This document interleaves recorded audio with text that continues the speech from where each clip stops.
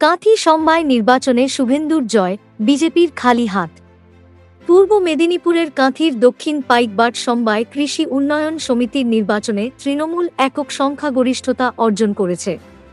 মোট ৪৪টি আসনের মধ্যে ৩৩টি আসনে জয়ী হয়ে তৃণমূল তার প্রভাব প্রতিষ্ঠিত করেছে। বিজেপি মাত্র ৭টি আসন পেয়েছে এবং বাকি ৪টি আসন নির্দল প্রার্থীরা দখল করেছে। তৃণমূলের এই সাফল্য রাজনৈতিকভাবে গুরুত্বপূর্ণ, বিশেষ করে যখন কাঁথি লোকসভা ও বিধানসভা বিজেপির দখলে রয়েছে। দলের কর্মীরা এই জয়ে উল্লাসিত, তবে বিজেপি সমালোচনা করেছে এবং কারচুপির অভিযোগ তুলেছে। তৃণমূলের নেতারা দাবি করেছেন যে এই জয় আগামী বিধানসভা নির্বাচনে দলটির বড় সাফল্যের পূর্বাভাস। তৃণমূলের তরুণ নেতা জানিয়েছেন, এই জয় প্রমাণ করে এলাকায় মানুষের আস্থা এখন তৃণমূলের দিকে।